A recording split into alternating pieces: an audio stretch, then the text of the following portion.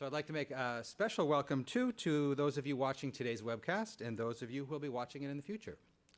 My name's David Biet. I'm director of the Wilson Center's Canada Institute.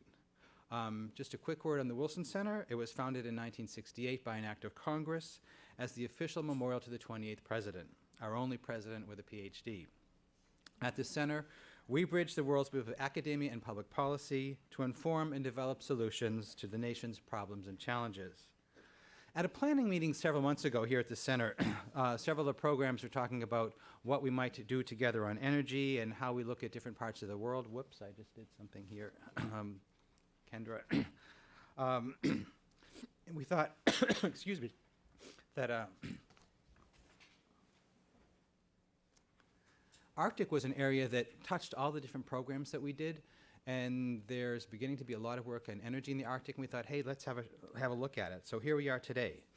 I'd like to give a special thanks to Jan Klitsky from Chevron, who was sort of the godfather of this and helped shepherd it along. I'd also like to extend a big thanks to ExxonMobil Corporation for contributing to the support of today's program, and to Jim Slutz, former Assistant Secretary in the Department of Energy, who's going to moderate today's program. We do hope to have a lot of back and forth with questions, so write down your questions. We'll have time for them, and please wait for the microphone and identify yourself. So with that, I'll turn it over to Jim, and enjoy the morning. Thank you, David, and good morning. I want to thank everyone for taking time out of your busy days to join us here this morning. And in the spirit of the Wilson Center and participation, I thought I would just start by asking you a couple questions. So first of all, how many people have been north of the Arctic Circle? That's pretty good. Okay, one more question. How many have been north of the Arctic Circle in wintertime? Okay, there are a few of us. Okay. So, I mention that because I think one of the things that we hope to, one of the challenges in dealing with policy issues, especially in remote areas, is having a frame of reference. And it's probably, like many areas, having that personal frame of reference is so critical. So, but hopefully today we can, with sharing information, we can help bridge that gap a bit. I think today's program, we have a great set of speakers. And just in the interest of kind of highlighting a couple of the issues, I thought I'd just mention some of the key issues which I think we'll be covering today. Clearly, when you get Arctic and Arctic energy issue, geopolitics is a key issue. I think it was earlier this week that President Putin mentioned that they reaffirmed their commitment to move forward with Arctic exploration in Russia. There's probably nowhere else but the Arctic that when you deal with policy issues that you don't wrestle with all the key components of energy development, the energy security aspects, the aspects of what it means for your economy, and with aspects for environment and social issues. Another key issue is the resource base. What are the resources there? And in an area with very limited information, it's very challenging to estimate what those resources are. But for those of you who don't know, while there's very limited information, we have been looking at this issue for quite some time. First well was drilled in the Arctic in the 1920s, and we've had onshore Arctic production since the 1970s. But we still know very little about the Arctic, particularly offshore in the basins. But a few years ago, the United States Geological Survey did a very comprehensive, I think it was the first comprehensive assessment of the Arctic, and they estimate that the Arctic may contain 30% of the world's natural gas and 13% of the world's oil. So it's one thing to have the resource base, but another key issue then becomes technology. There have been huge advances in technology for oil and gas exploration and drilling, but you can't produce oil and gas resources without drilling. So is the technology sufficient? And do we have confidence? And so that's something we hope to explore a bit here today. And then the last issue that I put, there's many, many, many issues. I put the last one I put on that I think is informing because it's one that people don't think about. You get bits and pieces in many of the different stories, and that's on the community impacts and social issues. There are communities in the Arctic. And I'll share that. One of the more and more insightful days in my career was spending a day in Kaktovik, Alaska. And spending a day talking and interfacing one-on-one and hearing what local citizens perceived were the benefits as well as some of the concerns. So I think that's an issue that doesn't get a lot of, I think it gets a very simplistic and very cursory look. And so hopefully, I'm not sure to what extent we're going to get into that, but that's an area that I think is worthy of some discussion and understanding. So would like to remind, and we're open to whatever your questions, directions. We have a great panel of experts today. I would like to remind you, at the Woodrow Wilson Center, you are more than just an attendee, you are a participant. So we have planned significant time for questions as well as input. We would ask that when you ask a question that you state your name and your affiliation, that if it's a question, you frame it as a question, and if it's a comment, that you be succinct. So with that, we will get underway here and invite our first speaker. Our first speaker is Charles Emerson. Charles is the author of The Future History of the Arctic, a senior research fellow on resource security at Chatham House in London, and an independent writer and advisor on global affairs. He formerly worked as an associate director at the World Economic Forum, responsible for the global risk work. He has spoken on Arctic and geopolitical issues on a number of different organizations and written for the Financial Times, Foreign Policy, and Global Brief. Charles, welcome.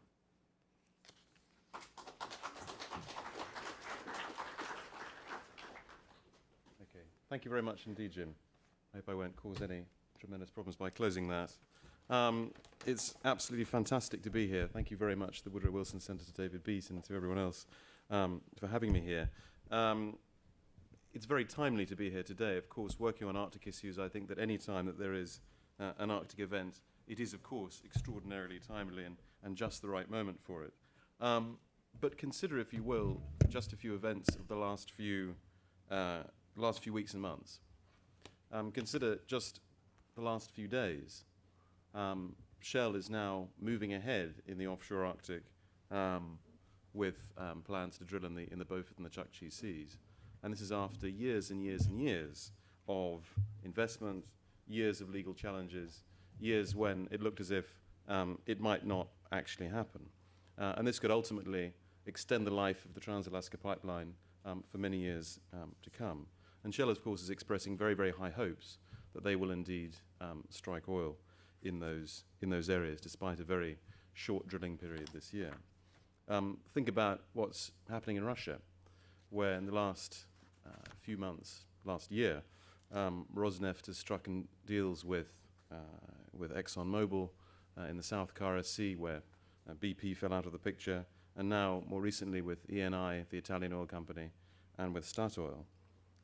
Think about Statoil, the Norwegian oil company in the Barents Sea, where they claim to have, in their words, cracked the geological code of the Barents Sea, and believe that after a couple of discoveries they've made there, they can now move ahead very quickly to make other discoveries.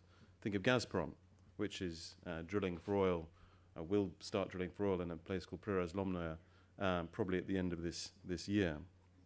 Ongoing investment in Russian onshore areas for natural gas developments in the Yamal Peninsula, which is really the future of Gazprom. There was a wonderful paper produced by Gazprom a few years ago under the headline, Yamal, there is no alternative. And I think that's an indication of the way in which Gazprom views its Arctic assets.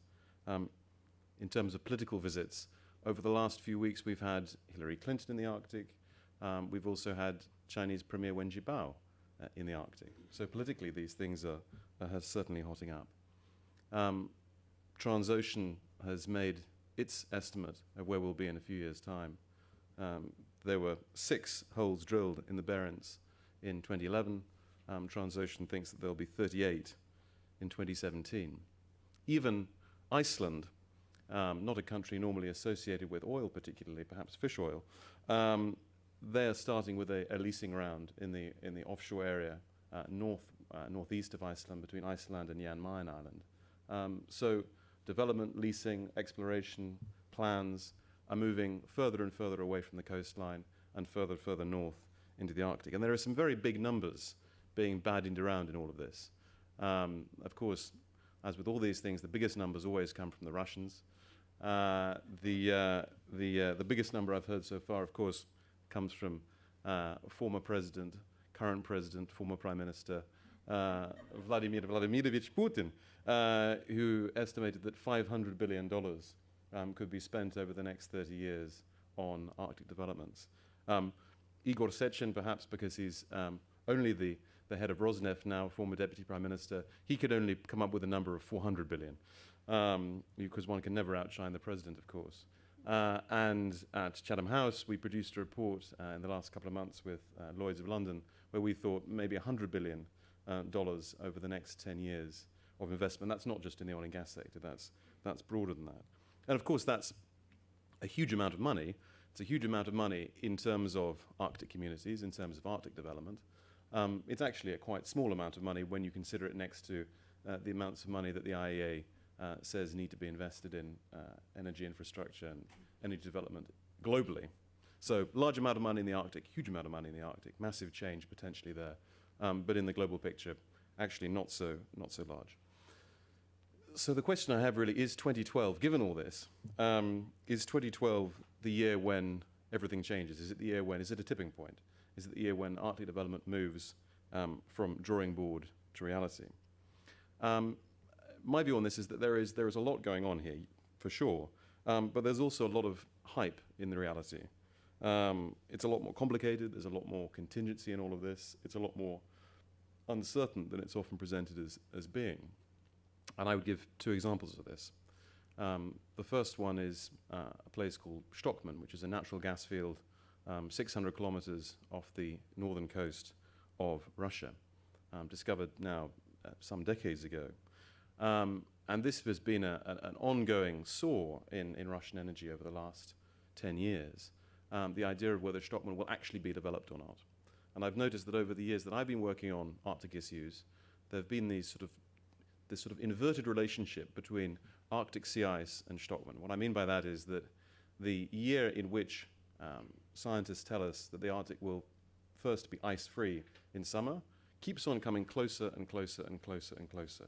2100, 2070, 2050, 2030, some people even think possible in the next 10 years. Peter Wadhams at Cambridge, for example, is of that persuasion. So that seems to be coming closer, or at least the expectation is coming closer. At the same time, development of the Stockman field keeps on being pushed into the long grass, keeps on becoming a little bit more distant. It's always going to be next year, and it's been a project which is going to happen next year for at least 5 years now. The current agreement between Gazprom and between Statoil and Total has now expired. It's unclear what the road is forward. So this was a project which was really taken as being the symbol of Russia's Arctic energy drive. Very, very ambitious. One might ask why one would start with a field that's offshore, 600 kilometers offshore, but nonetheless. But actually unsure now about how that's going to continue. And in the last day or two, in an entirely different geography, take BP's decision on the Liberty field in Alaska, where they've decided not to push ahead with it. And that, of course, is not 600 kilometers off the coast of Russia. It's 5 miles off the coast of Alaska. So what I want to do really is I want to outline what I see as being the main drivers here, and I want to outline some of the risks and uncertainties. Now, there's lots of perceptions and misperceptions about Arctic issues. I will try and be a little bit controversial. I hope that there will be heckling later. I've been told that the Wilson Center crowds like to heckle, and I like to heckle too. But I also want to give you my best analysis of where we stand and what's driving all this. But I want to start with two rather more general points. The first is, although we talk about Arctic oil and gas development, it's important to understand that there is not one Arctic. There are many Arctics. The Arctic is not a single geological basin. It's certainly not a single political unit. Conditions are very, very different in different parts of the Arctic. There was a graph produced by the not the CIA, the IEA last year, which showed the cost curve for various oil and gas developments in the future. And they said that Arctic oil and gas, or Arctic oil in this case, the production costs range from $35 a barrel, so not that much, to $100 a barrel. And that was by far the largest range for any of the other areas considered. So there is not one Arctic. There are many, many Arctics. There can be areas which are where oil is already produced or gas is already produced. There can be other areas which are really basically virgin territory from the point of view of exploration and production. And indeed, there are some areas outside the Arctic, such as Sakhalin in the Russian Far East, which are Arctic in terms of conditions, but are not geographically Arctic. So there's not one Arctic, and therefore there's not one set of risks. There's not one set of political risks, not one set of environmental or geological risks. The other general point is that in some places in the Arctic, we've actually been here before. And history tells us that having resources certainly does not mean that they will be produced. Timing is everything. And for me, the key example here is a comparison of northern Alaska with northern Canada. Look at Prudhoe Bay. So oil is struck in Prudhoe Bay in, I think, 68, 69. The pipeline gets final approval in 1973. Why? Well, because that's the Yom Kippur War, the beginning of the first oil shock. Oil starts flowing down that pipeline in 1977. Actually, production from Alaska actually peaks in the late 1980s. And all this excitement around Prudhoe Bay leads to developments in other parts of the world, or exploration in other parts of the world, off Greenland, for example, or in other places. The same thing doesn't happen in Canada. And the point is that if in 1965 you'd said which was the more prospective area, which was more likely to be a center of the oil and gas industry, Northern Alaska or Arctic Canada, I think you would have been hard put, really, to say that one was definitely going to become a future area of development and the other was not.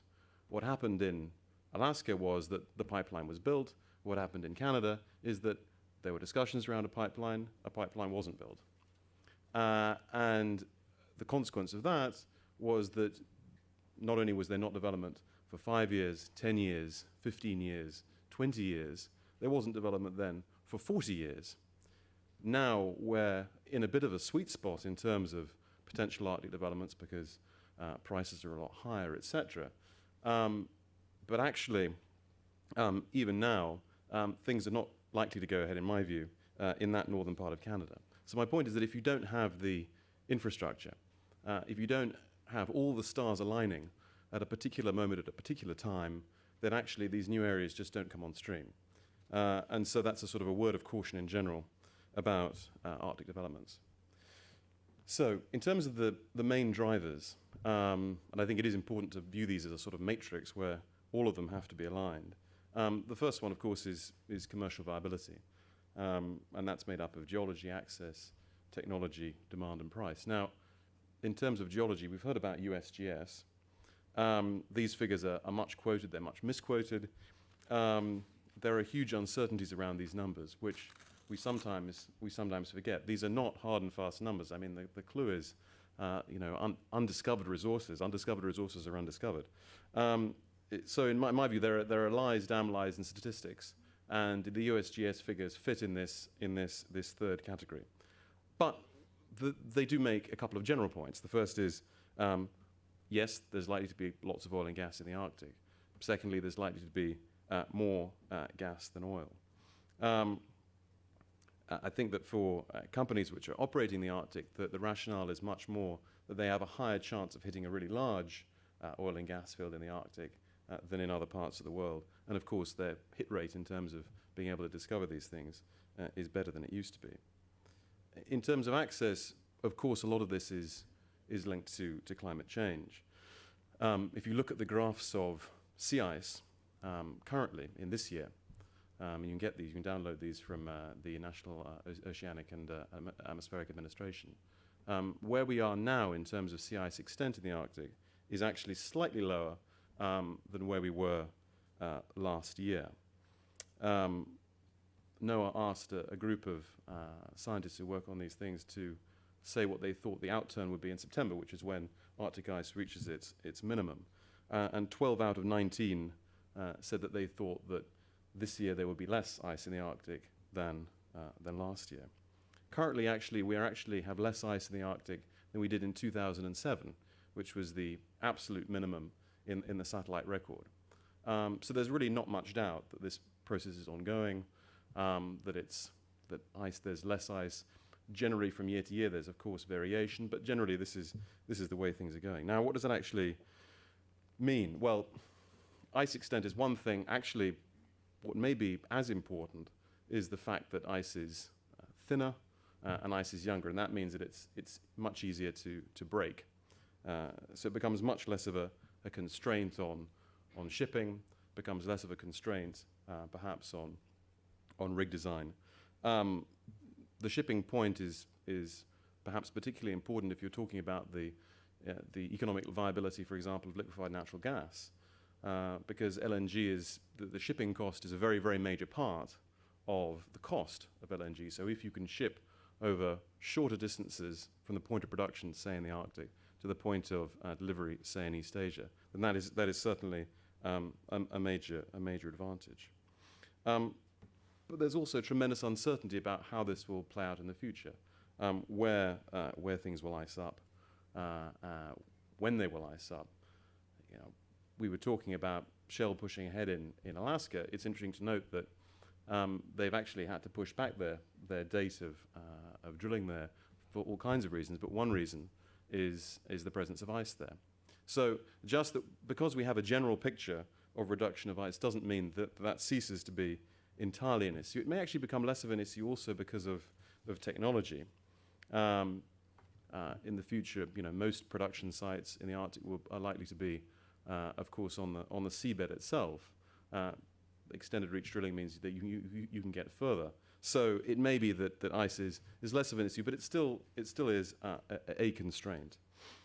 And finally, in terms of drivers of commercial viability, of course, you've got demand and price, and the fact that the oil price is at $100 roughly a barrel is encouraging from that perspective. I always like remembering a cover of The Economist from 10 or 15 years ago, where they said that the oil price would never get above, I think it was $12 ever again. So it just goes to show how wrong you can be.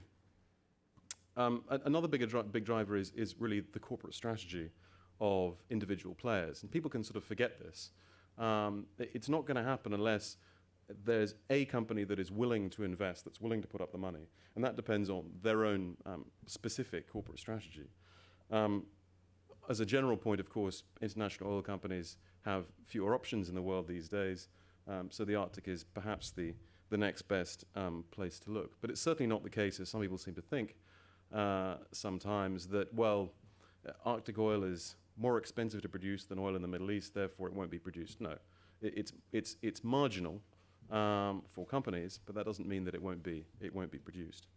And then there are the specific corporate strategies of individual players. So, you know, take two of the biggest and most active players currently in the Arctic, Rosneft and Statoil.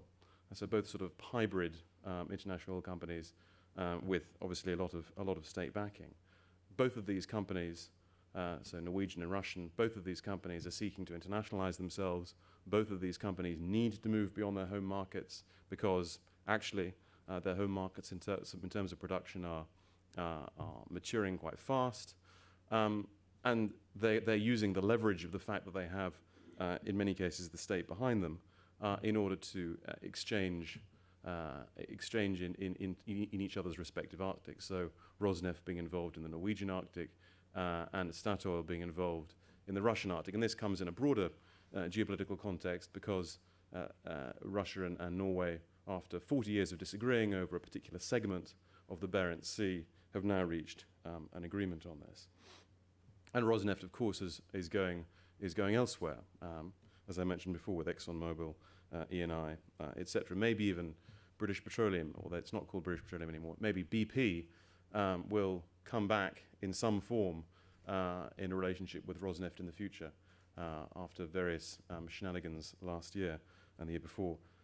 Maybe they'll end up coming back. And then finally, in terms of drivers, politics. And this is particularly salient, of course, in Russia. If you look at the photographs of any of those big deals I was talking about over the last few weeks and months, you'll notice one common feature of all of them, and that is that you'll have 3 men in suits, you'll have 2 men probably sitting down signing pieces of paper, and you'll have a man standing a little bit back in the middle, but clearly the master of ceremonies for everything, and that, of course, is always Putin. And it makes a very, very clear point that there is strong political support for these deals, that they come, if you like, with the imprimatur of the Kremlin. And there are really a couple of different reasons for that. First is there's a question of national strategy here. Russia needs to maintain oil and gas exports as a matter of national strategy. The Russian national budget is hugely dependent, actually more dependent now than 5 years ago or 10 years ago, on oil and gas exports and oil and gas prices. So it is a key matter of national importance to maintain exports. And the recognition of this is really shown in the fact that Russia has now changed its tax regime for the Arctic. It's invited foreign players in, whereas before it appeared to be saying that actually, no, this was going to be a Russian-only affair. It really has, clearly a political decision has been made on this front. But there's also, as always in Russia, the domestic political economy of the Russian oil and gas industry, which plays into this. So the competition between Gazprom and Rosneft, between various gas companies, etc. So politics is a big driver in Russia, but also a driver in Greenland, where for many people economic independence is the precursor to potential political independence from Denmark. In Canada, where Stephen Harper and Joe Oliver are fond of talking about Canada as an energy superpower, in inverted commas. It's even, of course, an argument which has been used historically in the US. But whether that's an argument which is really still valid is I think up for debate. US oil production is now at a 14-year high. The US may become a natural gas exporter from 2015 onwards, clearly as a result of shale gas. And this may be very good news for the US politically, but it certainly means that the narrative that says national energy security depends on Alaska is naturally a lot weaker as a result of that. So now Alaska seems a little bit more like special pleading than a few years ago. Now, in terms of the risks and uncertainties, first take gas. A few years ago, or 10 years ago, there were 60 regasification plants planned for the United States. So plants that would receive LNG and then that would be liquefied for the US market. There are now none. I just mentioned that the US may be exporting gas from 2015. There is now a massive discrepancy between gas prices in the US and, say, in East Asia. But that actually may change in the future. If you get more liquefied natural gas, you get more of a market. Maybe actually that discrepancy will fade away. If that does happen, then what then is the economics of Arctic gas? Arctic gas is then competing with Qatar, it's competing with Australia, competing with all kinds of other sources. So 10 or 15 years ago, it seemed a slam dunk. Now, not so much. More uncertainties in that market. Oil, I think a lot of people would say, well, okay, maybe gas, but oil's different. Oil prices are high. But I'd say that there's a moment of actually perhaps even still more fundamental uncertainty about liquid fuels in the world economy. There are now more options than would have been the case 20, 30, 40 years ago. Electric vehicles, natural gas liquids, etc. Now, I'm not suggesting that any of these are going to suddenly displace petroleum as the driver of cars and trucks, etc., across the world. I'm not suggesting that at all. But I don't think you need that in order to get a quite significant change in the oil price. And at the same time, you've, of course, got the big question mark about shale oil, so future supplies of oil. Now, some say, well, China will take care of this. In fact, we've got a sort of China put. The oil price is going to stay at $100 forever and ever and ever, and actually maybe it's even going to keep on rising. And this is because of Chinese and perhaps later Indian demand. Again, I'm not entirely convinced by that. I think there's much more uncertainty around the future price of oil. I remember we had every year we have a prediction session for oil prices at Chatham House in January, which is a kind of funny affair because no one actually believes that they can actually predict the price of oil, but nonetheless, they try to. The point about the one that we had this year in January was that actually it was very finely balanced between those who thought over a 10-year period the price of oil would stay the same or go up, or those who thought the price of oil would go down. So it's not as if we're not in a moment as in, say, I don't know, 2006 or 7, where everyone thought the oil price would just go up and up and up and up. I think we're actually in a much less certain environment. Of course, no doubt, anything anyone says will be proved to be wrong about this, but I think that's kind of the point. If you're making an investment for 20 years, 25, 30 years, as companies must be thinking about going into the Arctic, then uncertainty about the price is going to be a big issue. Now, the environment. This is hard to do. Drilling for oil and gas in the Arctic is not self-evident. It's not just about ice, it's about conditions, it's about potentially more storms. Climate change also has impacts in terms of onshore infrastructure. There are all kinds of problems associated with the natural environment, which make things tough. And then, of course, there's the environmental risks of Arctic oil and gas development. This is maybe not so much a risk of something going wrong, or it's not that part of the risk. It's what happens if it does go wrong. What are the consequences of that? And I don't think actually that's been taken fully into account by the industry. And I'm not talking about technically, I'm talking about the risks in terms of reputation, or the risks in terms of potentially political risk. Consider the Deepwater Horizon scenario, where something goes very badly wrong. But you've got lots and lots of ships around.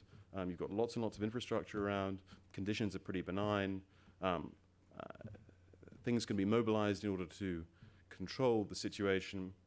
Consider the same event in the Arctic. It's not about the chance of the event actually happening, but the consequences of it. In the Arctic, I would say it's many, many, many times worse, and not just from an environmental perspective, but also then actually for the company, and not just for the company, for the industry. If one company screws up in the Arctic, then that will affect not just that company, that will affect its competitors, that will affect the industry. In fact, in my view, that could actually kill off an industry very quickly. So I think when we think about environmental risks, I think we ought to be thinking about how environmental risk relates also to reputational risk and political risk. And perhaps that final set of risks is in politics. Now, perhaps in Russia or in Greenland, there's either there's support for oil and gas development, which is going to be pretty solid, or it's not really a question in Russia, it's not really a question so much of public support, it's a question of national strategy. In those cases, perhaps the political risk there are all kinds of political risk in Russia, but political risk that we're all very familiar with. I think what's more interesting in a way is political risk in, say, US or in Canada, where I think there is more purchase that environmental groups and others have on the political process. And there is much more opportunity for a political decision to be made which ends up slowing or indeed stopping development in these places. Just look at Greenpeace's extremely, in my view, extremely, showing great chutzpah and great cleverness in their campaign at the moment against Shell. It's a very, very politically savvy campaign. It's actually very funny.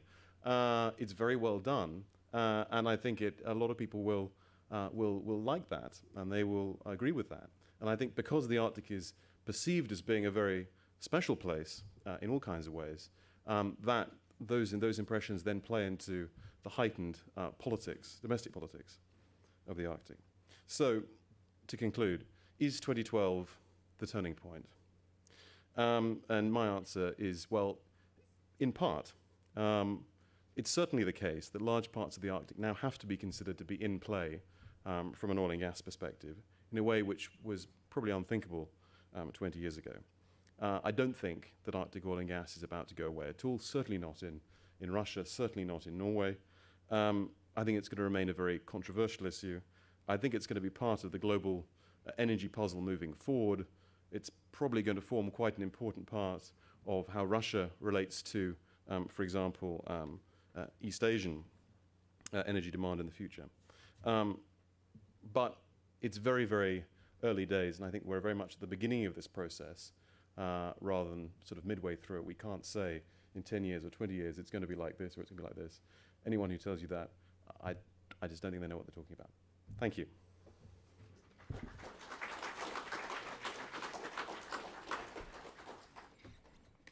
Thank you, Charles. While everybody's kind of getting their question framed up, maybe I'll start with and ask you to expand on a point kind of near that you covered a bit in your presentation, but it's along this issue of political risk. Yeah. And you talked a bit about Russia and the U.S. and just kind of to frame this up, I always, when you would if you ask, and from a U.S. perspective, frame this up. If you ask generally ask somebody from the U.S., say, well, gee, which if you looked at the United States, Canada, or Norway, which country has the strongest environmental protection ethic? And the general answer will probably be Norway. Yes. Either be Norway or Canada.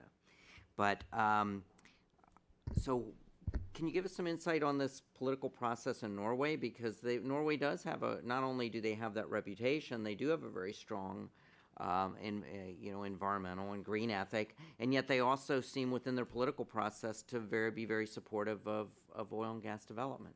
I think that's true, but then Norway's a country of 5 million and the United States is a country of 300 million. I remember when the first time I went to Anchorage, Alaska, and I took a taxi cab. Cab drivers are always great people to speak to for political insight. But the first thing that the cab driver said was he started banging on about how he didn't really like people from the lower 48. And he clearly felt that Anchorage was clearly a long way away from the rest of the United States. And you know what? The feeling's mutual. I think that a lot of Americans don't really realize that America is an Arctic country. And I think that in Norway, it's easier through the process of political deliberation for differences of views about development and about environmental protection for a consensus to be reached. I don't think the U.S. political process, particularly at the moment, is one where consensus is so easy to achieve. And so I think it's actually I think there is considerably greater political risk here in that sense. Okay, thanks, Charles. We have some questions, or? Okay, I think we have a microphone coming around. We'll do the gentleman in the back, and then the young lady. It's on. We have a mic coming. I'll remind you if you would give your name and affiliation for your question. Do you see the gentleman? Yeah, you're right on the road there, yes. My name's Thomas Grindley. I'm a former employee of the Department of Energy. I recall that the USSR built a nuclear-powered icebreaker in the 60s, which received a lot of publicity, including this. Could you place Russian technology developments since then in perspective? To what extent is Russia dependent on Western sources? Well, I would say that the proof of Russia's dependence on Western technology is in the fact that the shelf has been opened up to Western companies. A good story, perhaps, is if you go back 3 or 4 years, 5 years, the notion then was that the Arctic Shelf was a strategic resource space for the Russian Federation, that Russian companies could do this alone, that they would be the masters. Now, of course, they're still going to be the masters, but I think there has been a much greater openness to Western companies, and I think the reason for that is that Russian companies in the Russian state realizes that they have much to learn in terms of, particularly in terms of offshore, of course. That's one of the motivating factors behind Rosneft and Statoil's tie-up, indeed all Rosneft's tie-ups with Western companies. It's access to technology. The first part of all of these arrangements with Western companies involves some degree of technology transfer. So I think that Russian technology in terms of oil and gas production has generally been onshore. It's not been offshore. So there needs to be Western participation in order to develop offshore fields. I remember going to I guess actually also Anchorage a few years ago, and there was an Arctic oil and gas fair there, and there was a gentleman from a Russian institute, and he was proposing that, of course, the best way to ship LNG around the Arctic would be in nuclear submarines. My point is that I think, and this was quite serious. Obviously, I don't think it's going to happen, but nonetheless, I think that there's been a tendency in Russian technological development, perhaps in the last 10 years, last 20 years, since the collapse of the Soviet Union in some areas, to attempt to cannibalize on technologies that Russia already has. And actually, that only gets you so far. And I think the realization has been made that in offshore developments, actually, this strategy has reached its endpoint. Now there does need to be Western participation, Western technology. Of course, whether that puts Western companies in a particularly strong negotiating position or not is another matter, because those companies need the access to the resources. So, I think it's pretty mixed. Another question, just same side of the room.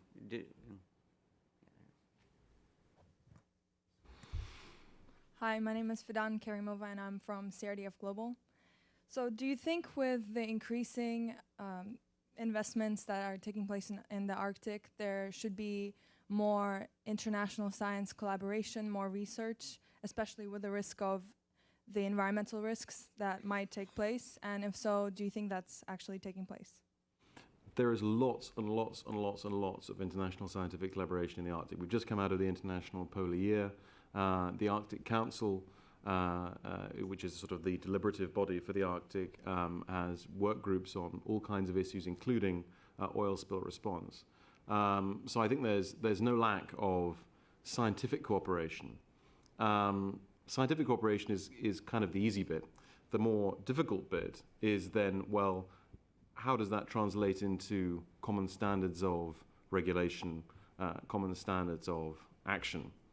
I think that's the much more difficult bit, and it's very hard for any of the Arctic countries to agree to, in a sense, give up sovereignty or give up some kind of decision-making authority over Arctic oil and gas development. So lots of scientific cooperation, yes, but in terms of actually getting common regulations across the Arctic, I think the answer is probably certainly not going to be an international treaty of some sort. But I think it is going to be discussions between the Arctic states and agreements between them and common understandings about what best practices are. Okay, I see 3 hands up. Why don't we do this just so we can get everybody in? We'll go do these 3. We'll take the 3 questions, and then Charles will answer all of string his answers together. So we'll start in the back over there, and then I'm sorry, we have somebody here. Okay, here and then back there and then down front. Right, my name is Sven Soylund. I come from Bellona Foundation in Oslo, Norway. And I'd just like to fill in on James's question on environmental standards. Because I think there's one very important observation that we make when we see Statoil go abroad. And that basically is that they might go in on a slightly better level in the countries they go in, but they don't bring the standard they have in Norway with them abroad. They adjust to whatever regulations they will work in, be it Nigeria, be it Angola, be it port in Canada. So I think that's an important thing to note. Furthermore, I think it's fair to say that the standard in the North Sea is a bit on a slippery slope. Especially also the openness of Statoil has been weakened over the last few years in terms of actually being held themselves accountable to the general public, and also be able to be open about their deeds or misdeeds. So I think the rosy picture of Norway has to be somewhat adjusted. Thank you. Thanks. Good morning. Thank you, Mr. Emerson, for your insightful presentation. My name is Maria de la Fuente, and I come from the Catholic University in Argentina. My question is to regard to the possibility of the United States ratifying the Law of the Sea Convention, and how it will shift politics in the Arctic, especially regarding resources allocation. Thank you. Okay, and we'll do this. Will Pomerantz from the Kennan Institute. I'd like to have you kind of expand a little bit more on what incentives and potential control Russia is offering Western companies to invest. Obviously, in the 1990s, they had production sharing agreements, but the PSA option has kind of disappeared in light of what happened in Sakhalin II. So if you could just describe what Russia is doing in terms of offering incentives and how attractive they are. Okay, gosh, well, three very different questions. I can't comment on things in the North Sea because I don't know enough about it. But certainly the question of companies like Statoil going abroad and whether they maintain the same standards they would maintain in Norway in other jurisdictions. Well, there are two things here. On the one hand, there's the safety standards within the company, and one would hope that those would be as high as possible everywhere. But I think if one's thinking about the operating environment, the regulatory environment, companies depend on the regulatory environment. I think it's not, for me, it's not so much a question of whether Statoil is somehow is less safety conscious in, say, Nigeria than it is in Norway. I think the question for me is, how do you make the regulation in other parts of the world equivalent or approaching the regulation that you might have in Norway? And of course, that's not so much about what Statoil can do, it's much more about what governments can do. And the Norwegian government, of course, does actually work quite a lot on that issue. But there is another point which I think is important in the Russian context, which is this. I spoke about reputational risk involved for international oil companies or Western oil companies being involved in Arctic developments. I think in some respects that reputational risk is a good thing when going into areas where the regulatory environment may be somewhat weaker, where there are doubts about how it's applied. For example, I think for from people I've spoken to in the industry in Russia, where there have been joint ventures or where there are Western partners and Russian partners, generally the fact that there is a Western partner who is perhaps more exposed or perceives itself to be more exposed to a reputational risk than the Russian partner. In those situations, Western partners will be very conscious of pushing forward their standards, which may often be higher. So the participation of Western companies, I think, is actually quite often involves a process of socialization of norms of safety and practices. And does that mean that Western companies are all great and that they never screw up? And that they have wonderful and unblemished records? Of course not. But I think that actually that may be a means by which standards can be raised in some other areas. Now, thank you very much for the question on the UN Convention on the Law of the Sea. I've only been in Washington for one day, so I'm not sure I can come up with the definitive answer of when this is actually going to be ratified. Some people I've spoken to suggest that they think that it might actually be ratified even the end of this year after the elections, in a lame duck session. We'll have to see. I think what's clearly, and I don't not party to the ins and outs of how these things work in the Senate to know how likely or unlikely that may be. What I can certainly say is that it's remarkable that you have hearings of the Senate. You have the support of pretty much all government departments and the military. and lots of private companies now. I believe that the chair of Verizon may have given evidence to the committee looking into this in the Senate. And, you know, basically we're now talking about, in my view, a few holdouts against the unconventional law of the sea, really for ideological reasons and not for reasons which accord to the national interest. And, you know, I'm not pretending to say that I know what the American national interest is, but I assume that the Department of the Navy, the Department of Defense, Department of Energy are pretty good custodians of the national interest. Now, but what would it actually change if the US signed up to UNCLOS? Well, from a legal perspective, the US already it views UNCLOS as customary international law. So it already follows the principles of that law. I think politically it would change the dynamics somewhat, in that you've got actually a pretty cooperative dynamic between the Arctic countries on legal issues. They've all said that the law of the sea determines who owns what. But of course, the US isn't fully part of that process. This would just put the US more firmly into that process. I think it would be a positive gesture of legal certainty, which is also important from an economic perspective, and it contrasts the Arctic, which is generally an area where there's positive political goodwill, with, say, the South China Sea, which is a very, very different kettle of fish. And finally, the question on Russia. Well, I mean, the main thing I think is the tax regime. So it's what the take that the state expects from Arctic offshore developments, and the regime which previously applied was basically extremely unattractive, actually, for companies being involved. Now it's been made much more attractive. But there's another issue here, which is Arctic a kind of sort of pay-to-play for Western companies in Russia? In other words, do you have to say that you'll invest, say, $1 billion in Arctic technology investment? Do you have to do that in order to get other deals in other parts of Russia, which are perhaps less technologically challenging, where perhaps there's less, fewer risks attached?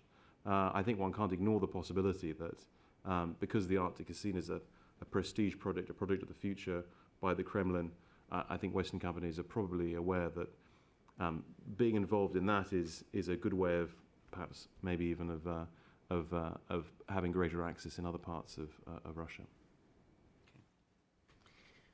Charles, thank you very much. Thank you for your insights this morning. I think this has been a great opening of our program today. So if you could all join me in thanking Charles, appreciate it. Thank you very much.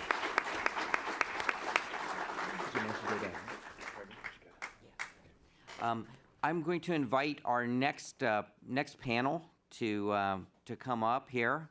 And while Julia and Jed are coming up, I just to give everybody a little bit of comfort, we will take it's not on the agenda, but between our next panels we will take a short break. So if you can just bear with us.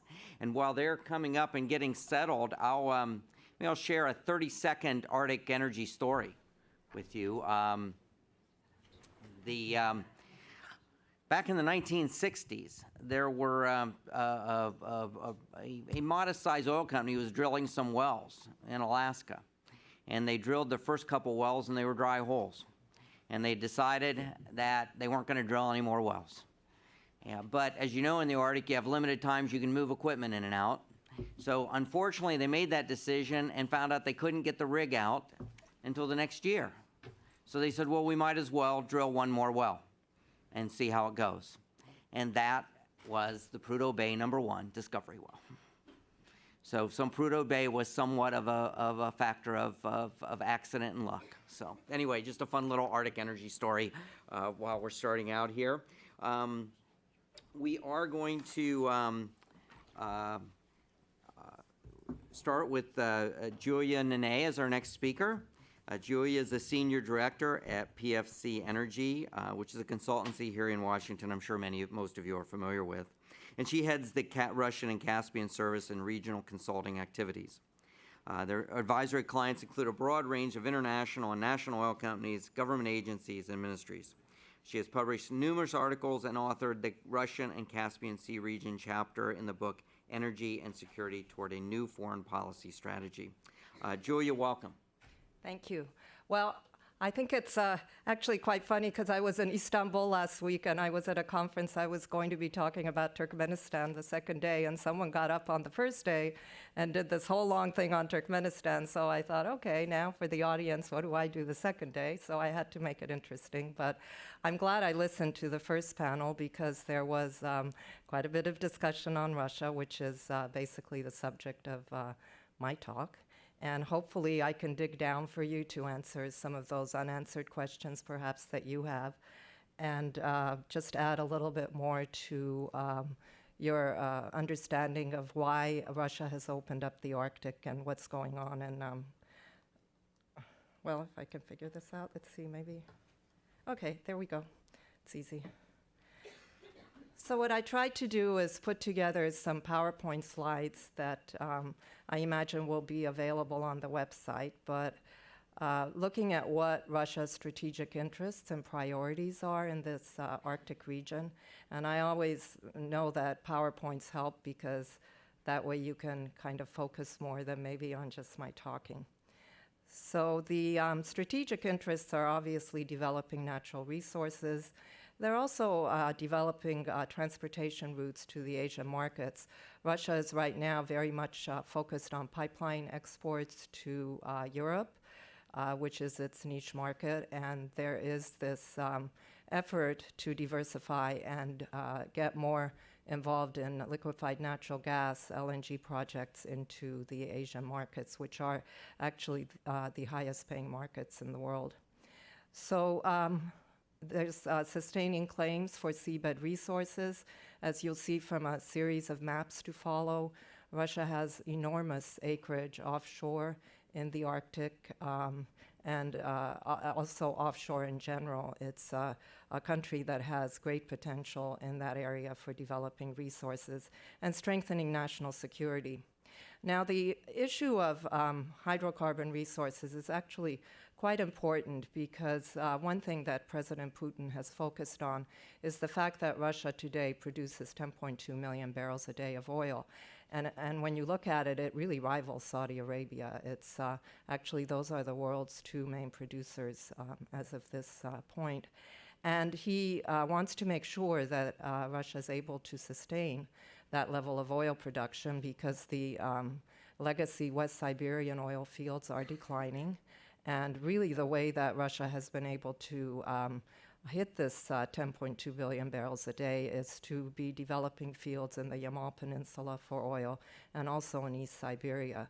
So essentially Russia is moving out of its comfort zone in terms of its oil developments. But the Arctic is going to be another way for Russia to potentially increase oil production, but in the end, it's likely to be a large source of gas production. And Russia's legacy gas fields, which are also in West Siberia, are declining as well. So, you know, the Russian government is devoting a lot of resources as well, paying for a lot of elements, which I'll discuss later in some slides, in terms of helping to move forward with this strategy. It's investing in infrastructure, transportation, nuclear icebreakers. Those are going to be part of the project for developing the Arctic. Northern Sea Route, that's the sea route that will go around in the northern part of Russia all the way down along into Asia. It's a frozen area that is becoming unfrozen with climate change, but not the full year. So that Northern Sea Route development is actually one of the key parts of this Arctic strategy for Russia as well. So several strategic deals were struck by international oil companies, and we'll look at those in a second. But natural resources drive Arctic development. Russia has an enormous amount of natural resources. They're not just in oil and gas, they're also metals.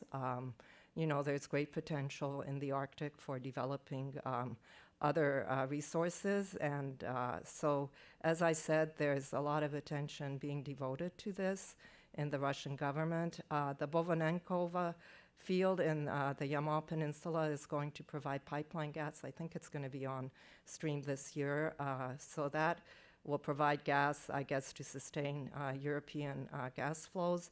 Yamal LNG is another LNG project up in the Yamal Peninsula being developed by a private company, Novatek, in Russia.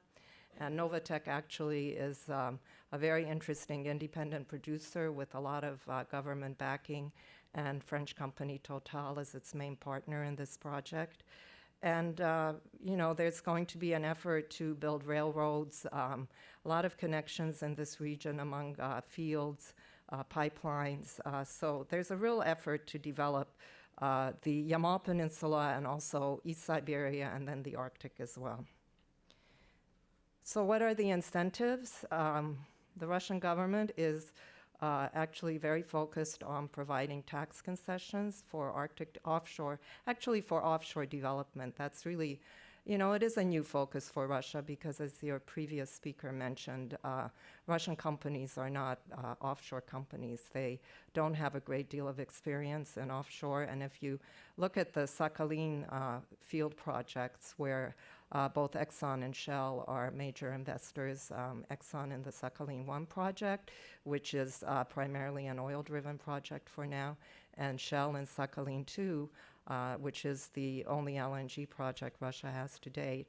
But both of those projects would not have been developed without the international oil companies coming in and helping the government do that.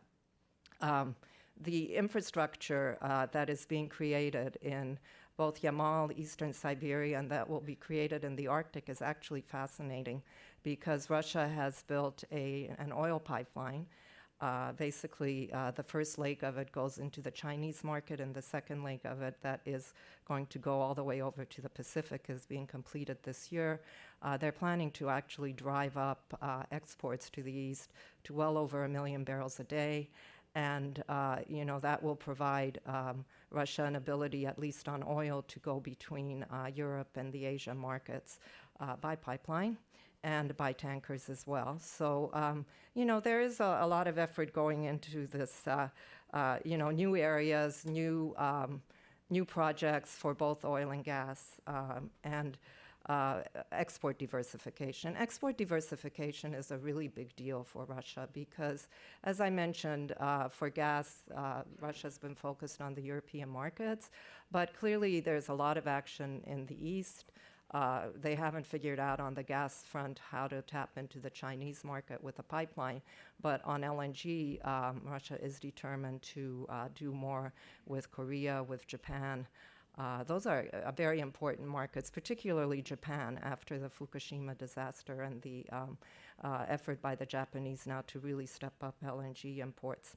So the Northern Sea route, it will be very interesting to see how it develops, because in fact this is sort of a limiting factor in some respects to getting tankers out of the Arctic and down into Asia, because the Northern Sea route is iced over probably 6 months of the year. So, basically you have to figure out a way to operate for a certain period of time during the year and then supply the markets that you are contracted with other supplies, which Gazprom is thinking a whole lot about, which is a reason why they're trying to get into projects elsewhere in the world that might give them the ability to supply markets, during those times of the year where they can't supply them from Russia, from other sources. So, but they've started trying to figure out how to commercialize this Northern Sea route, and there's actually been a few tankers that have gone out in this direction. And it won't just be for use for oil and gas.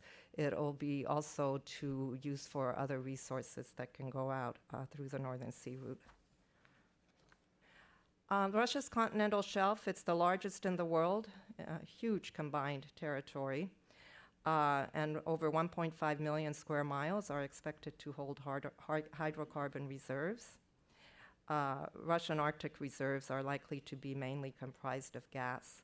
I think that's actually something interesting to keep in mind because the gas is, it's the golden age of gas, and gas is the fuel of the future, but it'll be interesting to see how much more gas is added to the mix eventually from the Russian offshore plays. So we tried to put together some charts that just illustrate for you in a snapshot Russia's offshore gas reserves distribution, and where is it? Barents Sea, obviously. When you think about the Arctic, that is a very important area, and the Kara Sea, which is where Exxon just concluded their deal for those blocks with Rosneft. So more important for gas than probably oil. Barents Sea, Kara Sea, and Okhotsk Seas. Those are the three to keep in mind. Exploration in Russia is going to be focused on the Arctic offshore and the Okhotsk Sea. These are the Rosneft, which is the state company that is most aggressive recently in signing deals with foreign companies. It's actually interesting because the only two companies that are able to sign such deals really are Gazprom and Rosneft. They're the only ones that the government has given this right to. So Gazprom is trying to finalize another project that they have, the Stockman project in the Barents Sea, but Rosneft has moved forward with actually 3 big projects that they're trying to do all at once now. So this is a summary of what the international oil companies are doing with Russian state company Rosneft. It's helpful actually just to line it up in a chart for you. And I think what's very interesting, obviously, for Exxon is that they have agreed to create an Arctic Offshore Scientific Project Center. I know that was mentioned, what is being done on that score. I would like to also say that the international oil industry is extremely conscious of environmental issues because they also know that if they make mistakes, that they can be punished by the governments in the countries, the host governments. And it is not in their interest to cut corners, actually, at a time where governments also pay great attention to what their companies, what the international companies are doing, particularly in the offshore. I think that's critical. Onshore, Exxon is probably going to go into what is called the Bazhenov Formation. It's very interesting in West Siberia. A number of Russian companies are looking to do more work there. It's tight oil. You know, the technologies that the Western oil industry can bring to Russia and West Siberia actually are the ones that the Russian government is also looking at giving tax concessions for. It's tight oil. It may be shale gas eventually, but and the Bazhenov Formation is a key one for this. So onshore, for specific projects like this, there will also be tax benefits. Statoil, yes, maybe shale oil in South Russia. You know, there's different areas that these companies are, well, clearly that Exxon has gone into the Kara Sea, then Statoil's natural area is the Barents Sea. And I'll come back to some of these deals in a second, but the tax concessions, I thought it would be useful since I know it was mentioned in the previous panel, but what are these concessions? You know, there's going to be different levels of benefits to companies to do projects, and there's already areas that the Russian government has decided are more difficult than others, and so the benefits will be better. New projects in the Russian offshore will also get an exemption from export duties. That's very important because export duties for existing projects are very high, and Russian companies are always complaining about this. But for new projects in the offshore, there will be this added incentive, other incentives on property and value-added taxes, etc. And this new offshore tax regime is going to be implemented by the 1st of October 2012. So we have to wait to see if that deadline will be met. But actually, companies are signing agreements now based on President Putin's indication that this tax regime will come into effect this fall. Russian interests, I think, coincide with the international oil companies' interests. You know, the international oil industry is really one that is constantly looking for new places to invest, and increasingly the places are offshore, very deep water, and it's difficult to access a country like Russia, which has some of the biggest oil and gas reserves in the world. And clearly countries that have such huge resources often make it difficult for the international oil industry to access these resources. So, anytime such an opening comes around, obviously all the international companies are interested. So they bring various things. I mean, clearly ExxonMobil brings U.S. ties and the U.S. brand. But it has to be remembered that Exxon also had a lot of years of experience dealing with Rosneft in Sakhalin-1.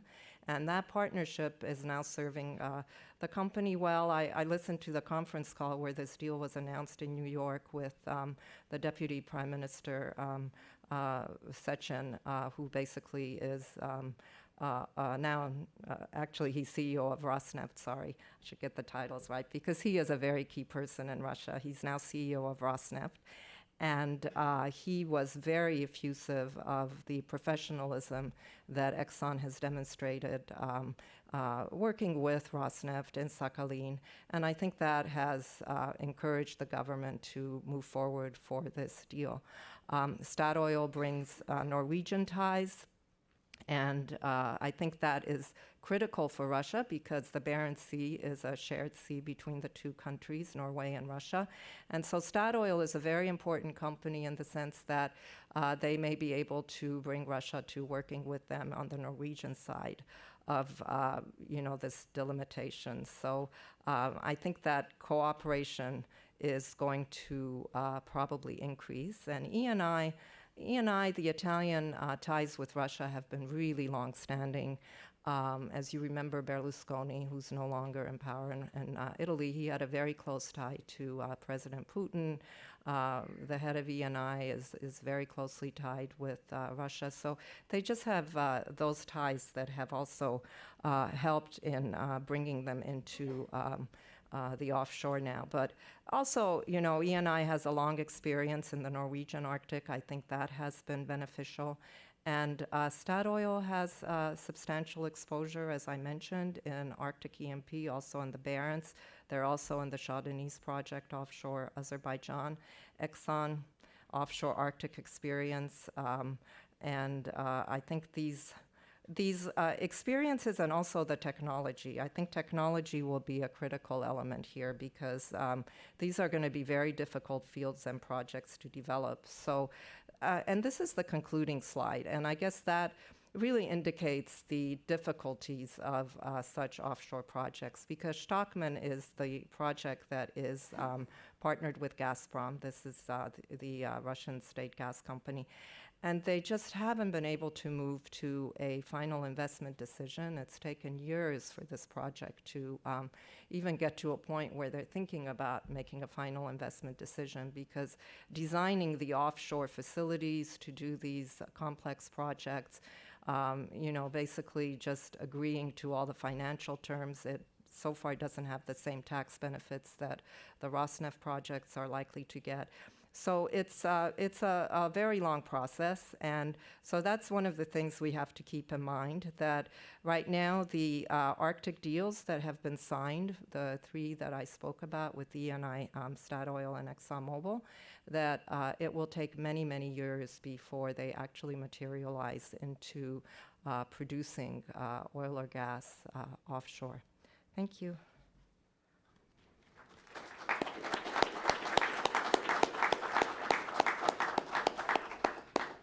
Data, experience, insight, solutions.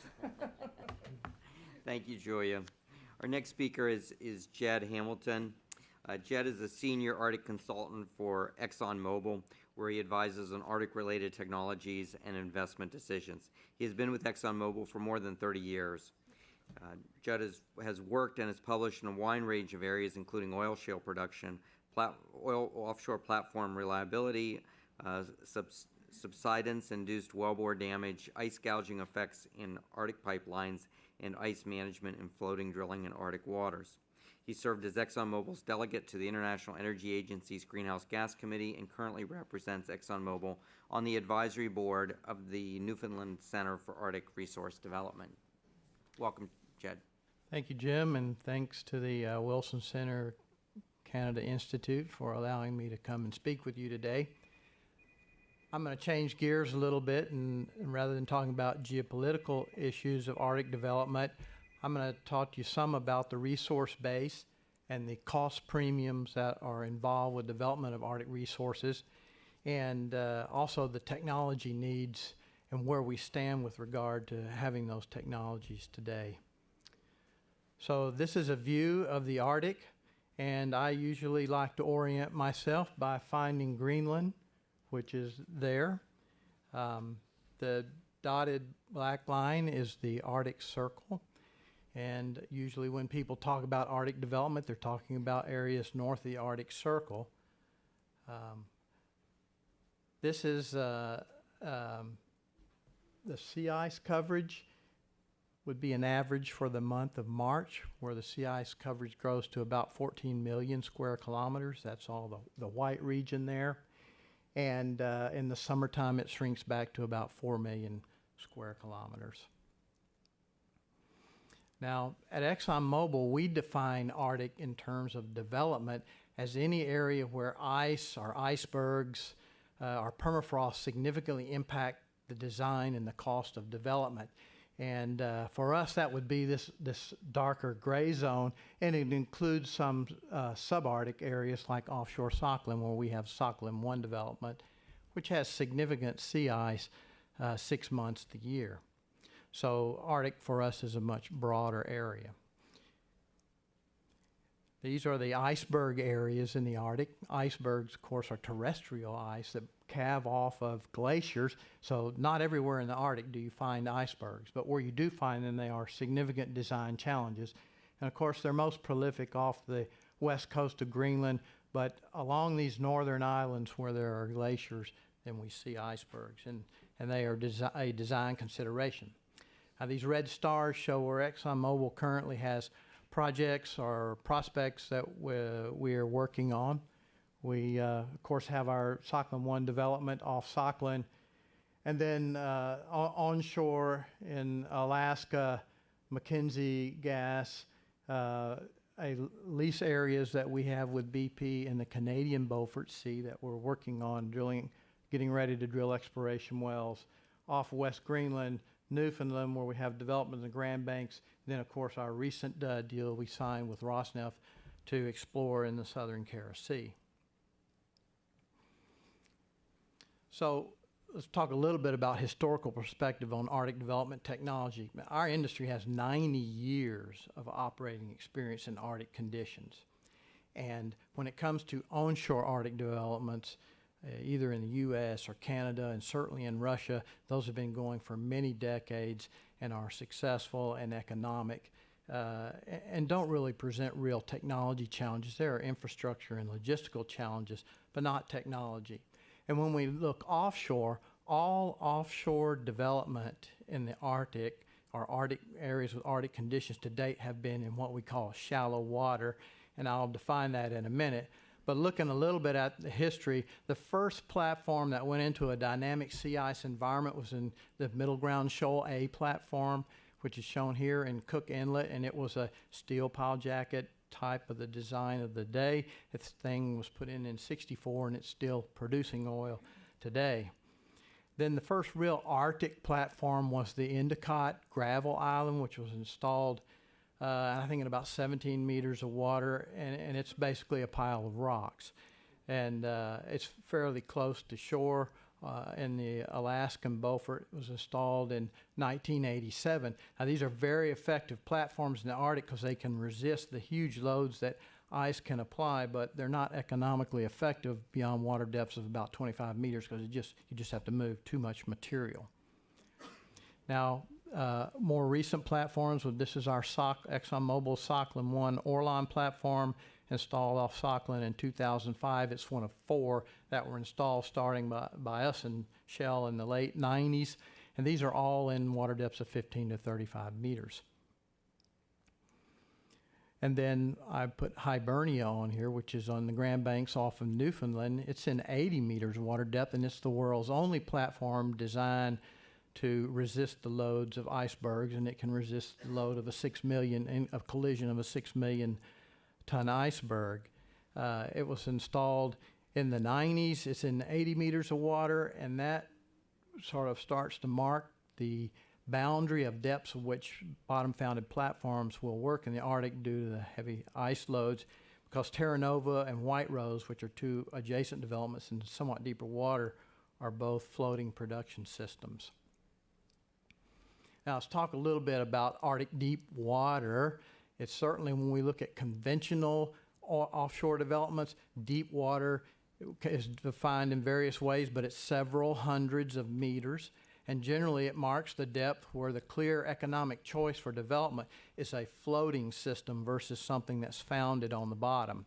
Well, because the loads of ice are so high in the Arctic, the overturning moments get so high that the structure base has to be so big that you can't practically fabricate it in any graving dock in the world.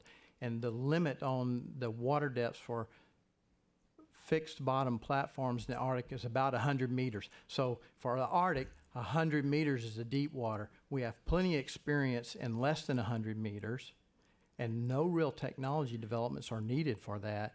The real challenge is when we move beyond 100 meters, and now we're into floating systems, and that's where the technology extensions are needed. Now let's talk a little bit about the Arctic Resource Base. We've already referred to the 2008 U.S. Geological Society Circum-Arctic Resource Appraisal, and there they looked at 33 basin or geologic provinces within the Arctic Circle, and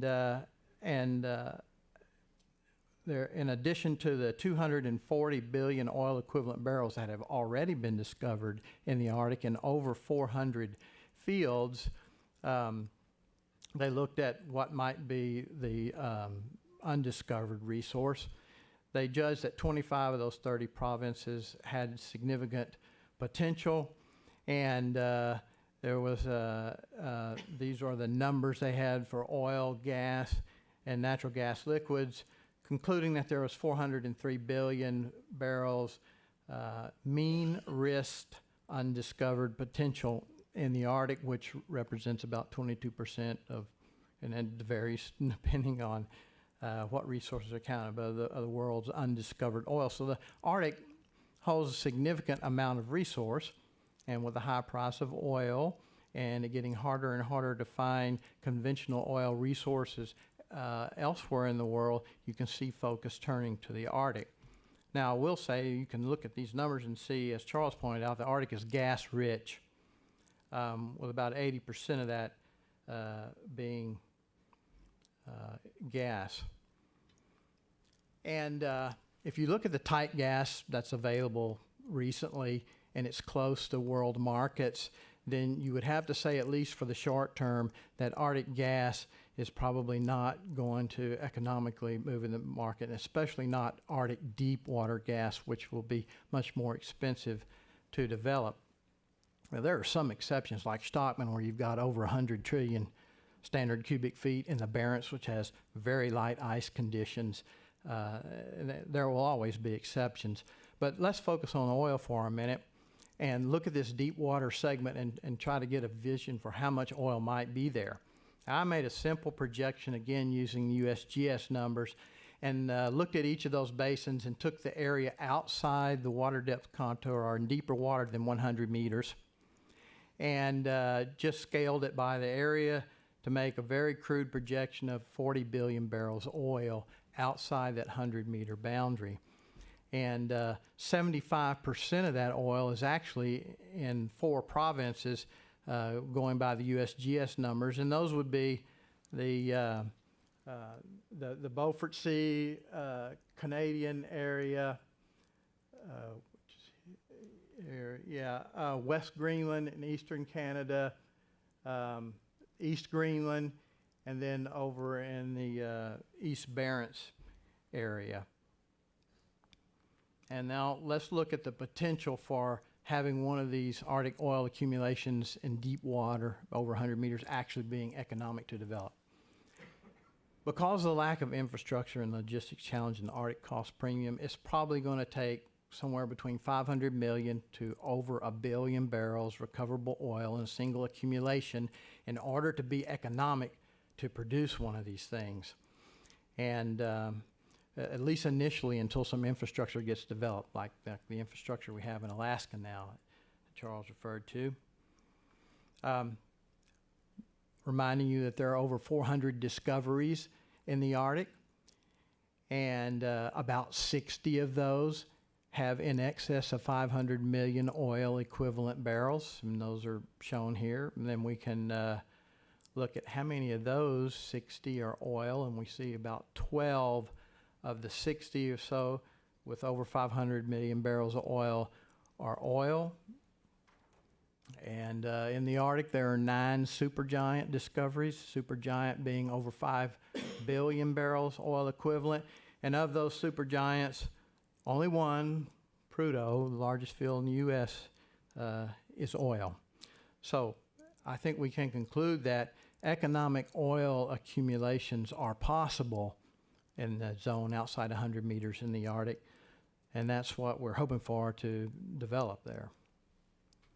Now, I've talked about the high cost of supply for the Arctic, and I've got the factors here that influence that, but one of the main ones is the short summer installation window. If you look at the Beaufort Sea, we have about 8 weeks open water on average. Sometimes we have none. Sometimes we have 12 or 15 weeks. Kara Sea, again, 8 to 10 weeks open water season when there's no ice present. And what that means is that it often takes multiple seasons, 2, 3, to do something you would normally do in a single season, and the cost of mobilization and demobilization then really starts to run the costs up. For instance, as we're planning exploration wells in the Canadian Beaufort Sea, we expect 3 seasons, that's 3 summer seasons, to drill a single exploration well. Could be the most expensive well ever drilled. So it's this short summer installation window that's a real challenge. And of course, there are all the other factors, the logistical factors, the need for ice-breaking vessels.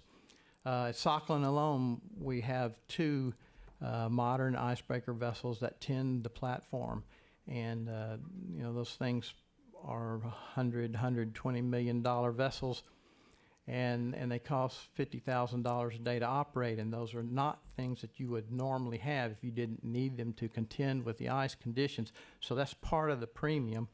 And then when you look at export, just the cost of burying pipelines very deep to avoid interactions with ice significantly runs up the cost where we would normally lay a pipeline directly on the seafloor. So there are a lot of factors that go into running up the Arctic cost premium.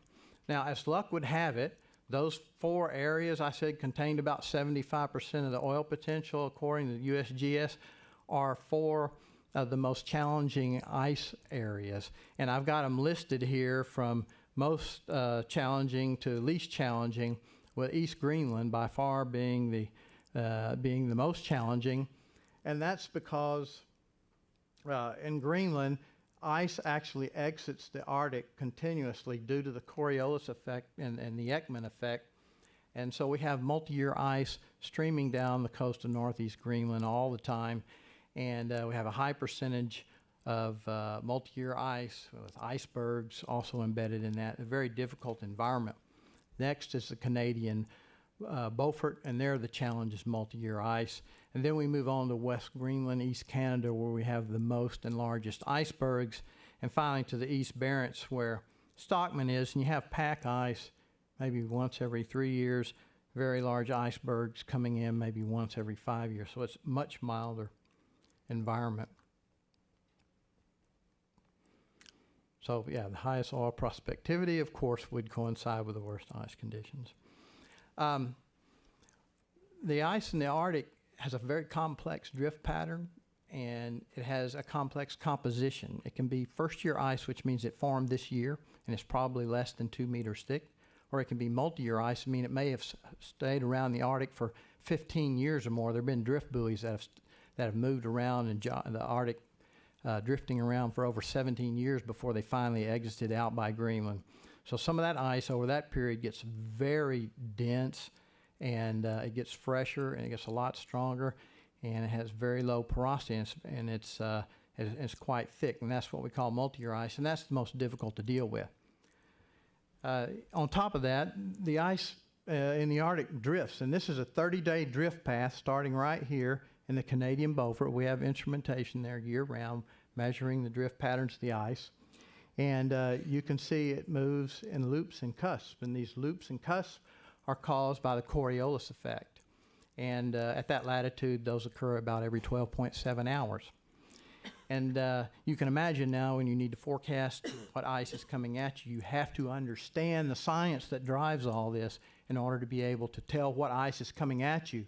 On the other side is a good example. This is a 100 square meter first year ice flow, and there is a 300 meter multi-year ice fragment about 4 meters thick, which would be very difficult to break with an icebreaker hiding in that guy. So you need to be able to find that and make sure you know where it's going as it drifts toward you. Now, if we look at oil production and export technology, really the biggest need for the deeper water Arctic is extended season drilling capacity, and you'd like to see that for year-round drilling, and there's a lot of work going on there. But you've also got specialized well control, oil spill response capabilities. There are consortia who are working on marine well capping and containment systems specifically for the Arctic. And ExxonMobil is a member of a JIP organized by the oil and gas producers, the OGP, spend $20+ million over the next 3 years developing Arctic oil spill response capabilities with all the other majors, really. And then subsea facilities, absolutely necessary for the Arctic because that puts you below the ice, and then you can work without having to resist the high loads of ice. New trenching capability to get us down in the Beaufort Sea. We'll probably have to trench pipelines 5 meters deep on the seafloor, and in the iceberg environments maybe 7 meters deep off of Greenland. So significant trenching that requirements that we haven't really had to do in the past. And then finally, the tankers, the ice breaking vessels that are needed to export the product in and out of the Arctic there. So if I summarize, our industry has a long experience in onshore and shallow water areas of the Arctic developing, and we've done that in an environmentally responsible way. We certainly understand that the Arctic, not only is it a harsh environment, but it's a pristine environment, and the wildlife there needs to be protected, as well as the indigenous people and their subsistence hunting. And we put significant effort into making sure that we take care of the environment. In the Arctic, I think potential exists for large and potentially economic accumulations of oil in greater than 100 meters water depth. Those highest prospective areas are also in the areas of most challenging ice conditions. If we look in the Arctic, it's the multi-year ice that's by far the most challenging physical feature to deal with.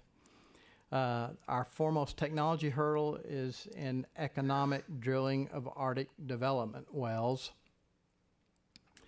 Because while we can spend 3 seasons drilling an Arctic exploration well, we have to drill, say, 4 to 6 production wells per year to make a 1 billion barrel field economic in the Arctic, which means we can't spend multiple seasons on a single well.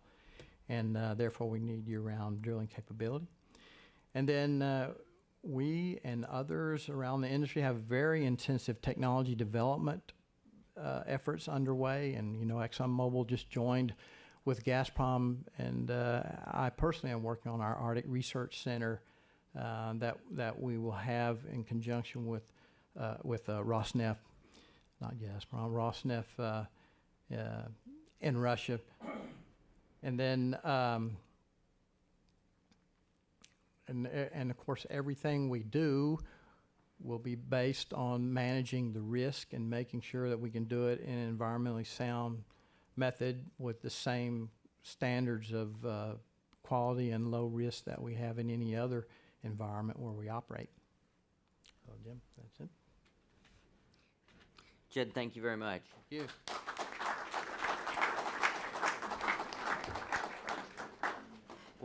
Well, Julia and Judd are available, so we'll start the questions and dialogue here. We have a question over here. Let me just look and see, do we have the microphones up here again, I think. So we'll start over here on this side, and then I think there was a question in the back. Is this in a working? second. Oh, okay.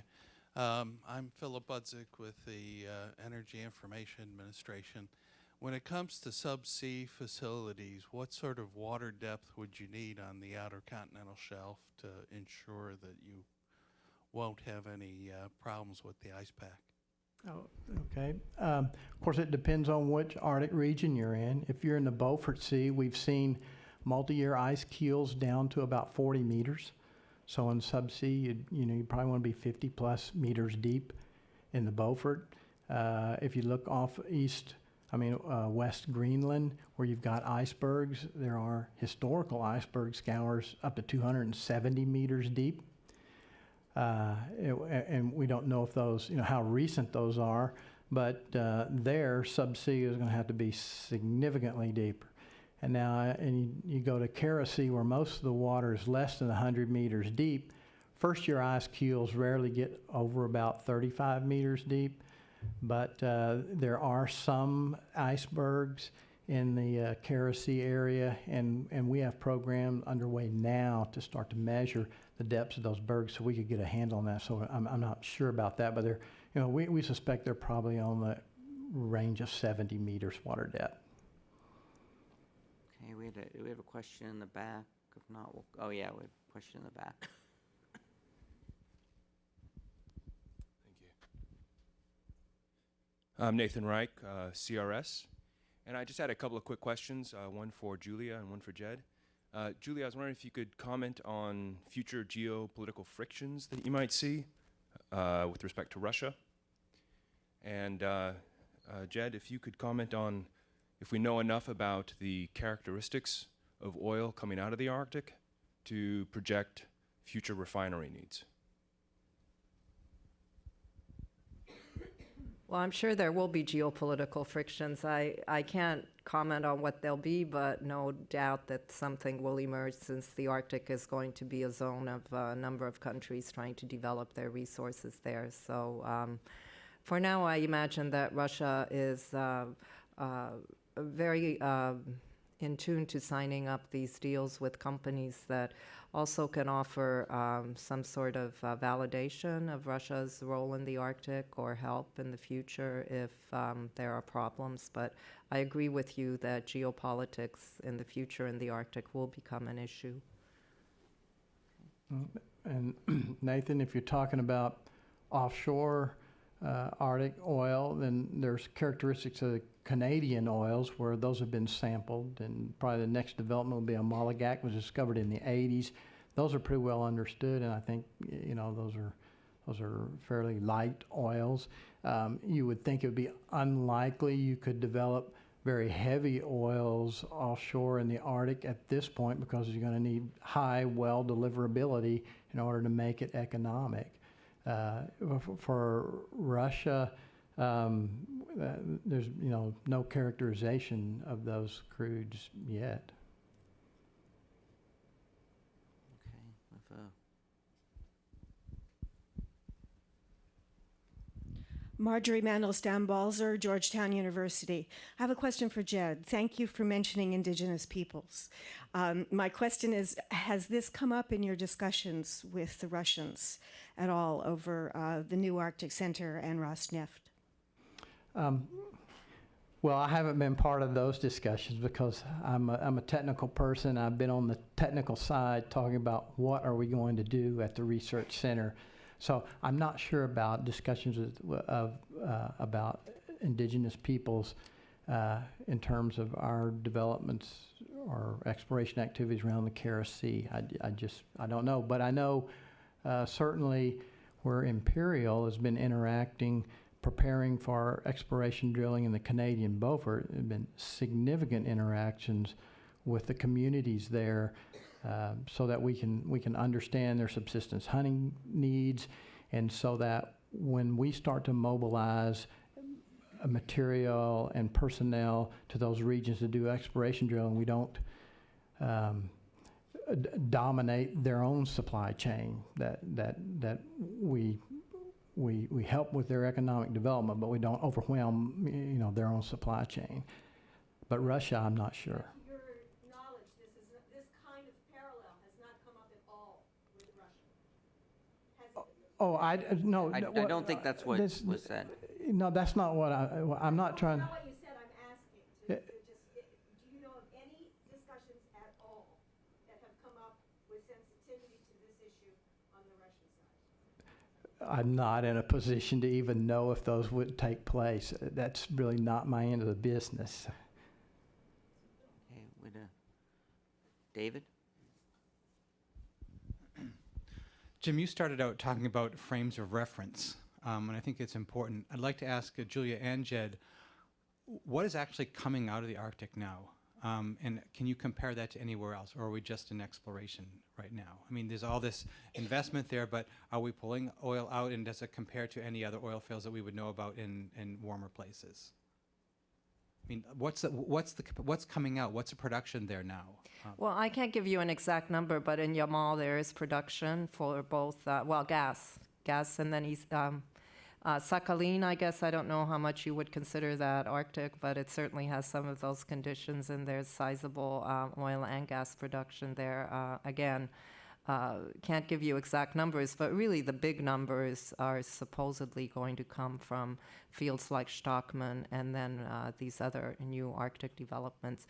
But I do also have a question for Jed regarding the Kara Sea. Do you see that as being more oil prone or gas prone? Well, the USGS survey did not have it as one of the top oil regions, and you're asking questions that get into some of the proprietary stuff that oil companies hold so precious.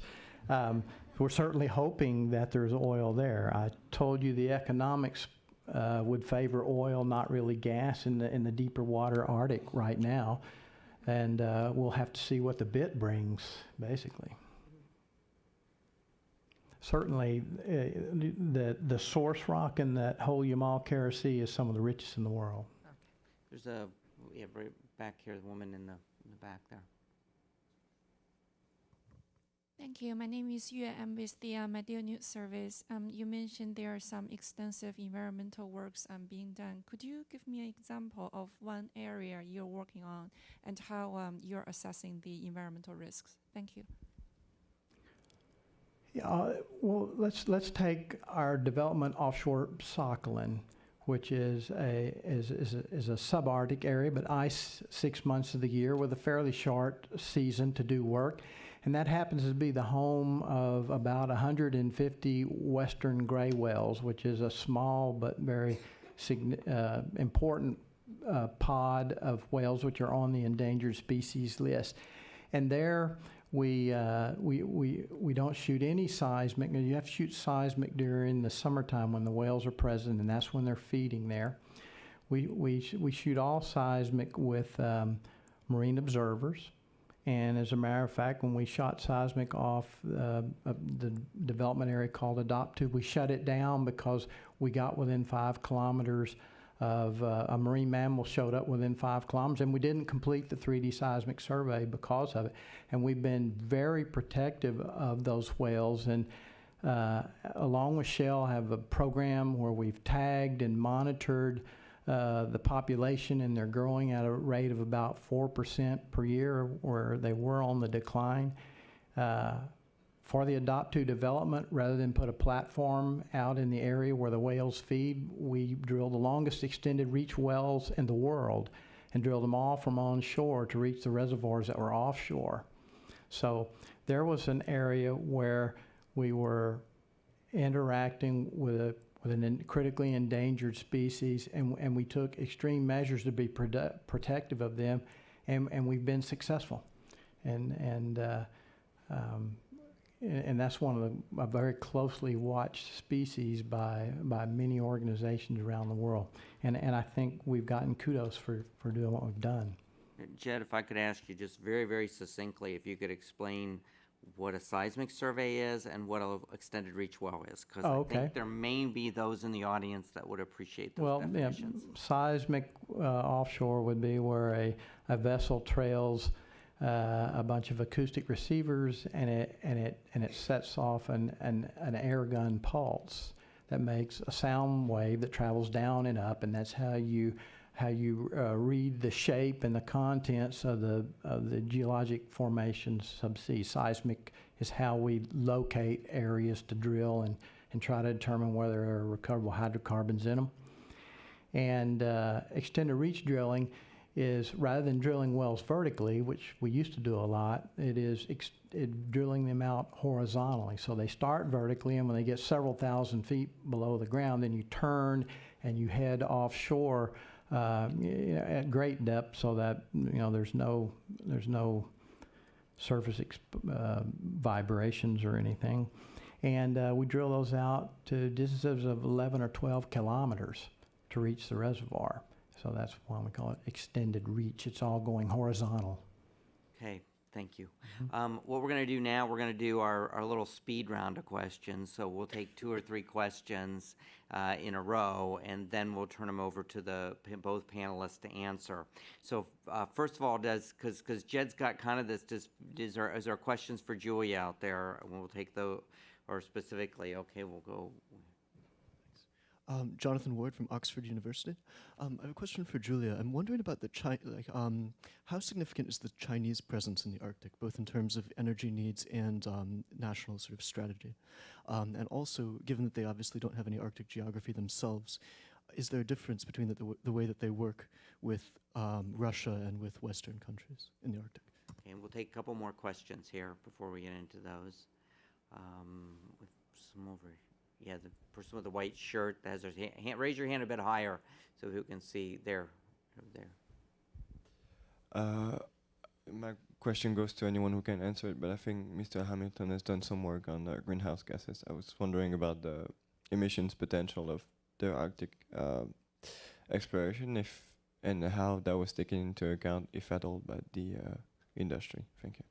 Okay, and I think we'll fit 2 more quick questions in right down here front.